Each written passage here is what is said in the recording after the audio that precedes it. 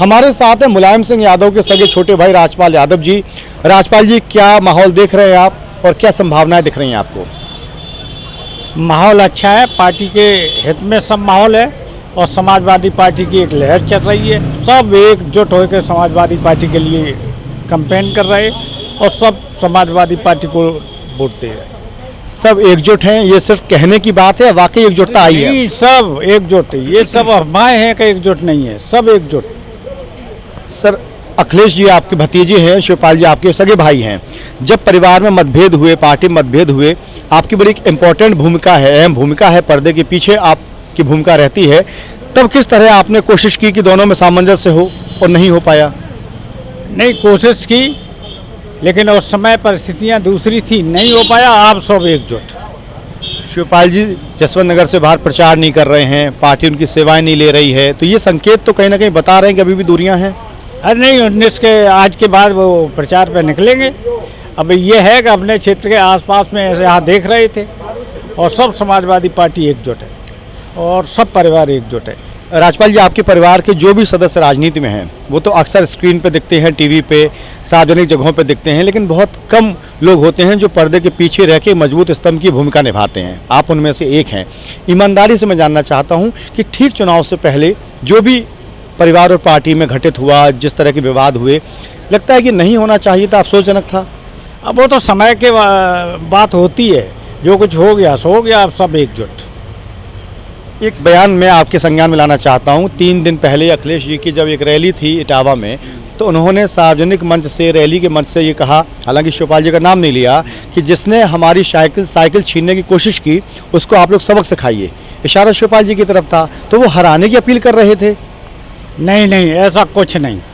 ऐसा है, उनका जो इशारा था बाहरी लोगों से जो घर में विवाद पैदा कर रहे थे। वो कौन बाहरी लोग हैं? अब जो भी हो वो तो सभी जानता है, पूरा हिंदुस्तान जानता है। पार्टी में है या बाहरी लोग बाहर हो गए हैं पूरी तरह से? अरे बाहरी है और पार्टी में का है, वो तो आ गए और इसके लिए आए थे और चले गए। एक निजी सवाल, बहुत सारे लोग राजनीति में आए, दूसरी तीसरी पीढ़ी भी राजनीति में आ गई, तेज प्रताप भी सांसद हो गए। आपने खुद को किस तरह राजनीति से अलग रखा? ये चाहा नहीं या कभी इच्छा नहीं हुई? नहीं नहीं, ऐसा है, मैंने कभी नहीं चाहा और पीछे से तो मैं राजनीति हमेशा करता रहा। मैं सर्विस में था, 2006 में मैंने बीआरएस ले लिया, उसके बाद मैं कभी नहीं इसके लिया और हमेशा मना करता हूँ, मैं कभी कोई चुनाव की बात ही नहीं करती। राजनीति आपको पसंद नहीं आती क्या? वजह क्या है? पसंद आती है, उतनी सीमित, ज़्यादा नहीं। जब समय होता है राजनीति करते, नहीं समय होता है अपना काम धंधा देखते।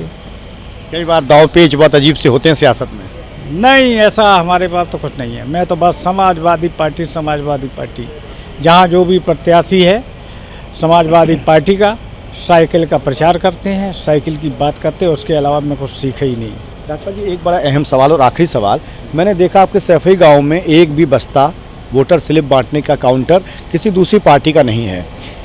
कई चुनाव आपने देखे, क्या पहले भी नहीं लगते थे या इस चुनाव में ही नहीं लगा है? नहीं नहीं, ऐसा है कि वो तो कभी नहीं लगा। मुझे जब से याद है कभी कोई आया ही नहीं। जब किसी को एक वोट नहीं मिला, एकजुटता रहती है, बैठे क्या करेगा?